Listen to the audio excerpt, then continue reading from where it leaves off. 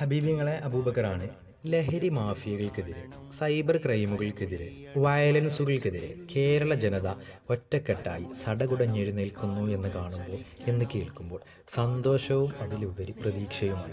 അങ്ങനെ എൻ്റെ നാടായ കരുളായിൽ ഇന്നലെ നടന്ന ഒരു ജനകീയ കൂട്ടായ്മ ജാഗ്രതാ സദസ്സാണിത്. കേരള മുസ്ലിം ജമാഅത്തും SYS ഉം SSF ഒക്കെ സംയുക്തമായിട്ട് നേതൃത്വം കൊടുത്തൊരു പരിപാടിയാണിത്. അങ്ങനെ പ്രിയപ്പെട്ട റിയാസൊക്കെ സ്വാഗതം പറഞ്ഞതോടുകൂടി പരിപാടിക്ക് തുടക്കമായി.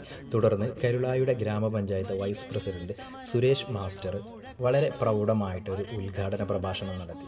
തുടർന്ന് പ്രസ്ഥാനത്തിൻ്റെ നേതാക്കളായ ജമാൽ മാഷും നാസർ ഉസ്താദൊക്കെ ഈ ഒരു വിഷയത്തെ അധികരിച്ച് സംസാരിക്കുകയും തുടർന്ന് നടന്ന ചർച്ചാ സംഗമത്തിൽ വിവിധ രാഷ്ട്രീയ പാർട്ടികളെ പ്രതിനിധീകരിച്ച് വന്നെത്തിയ കക്കോടൻ നാസർക്ക, സെയ്ദലവി സാഹിബ്, ഹാരിസ് പനോലൻ, അതുപോലെ KT അലവിയാക്ക, യുവജന പ്രസ്ഥാനങ്ങളെ പ്രതിനിധീകരിച്ച് ജസ്റ്റിൻ ലൂക്കോസ്, അനീഷ് തുടങ്ങിയവരൊക്കെ ചർച്ചയിൽ പങ്കെടുത്തുകൊണ്ട് കരുളായി പഞ്ചായത്തിൽ നിന്നും ഇത്തരം ആഭാസങ്ങളെ എങ്ങനെ പിഴുതെറിയാം എന്നതിനെക്കുറിച്ച് സമഗ്രമായിട്ട് ചർച്ച ചെയ്യുകയും പ്രസംഗിക്കുകയും ചെയ്തു.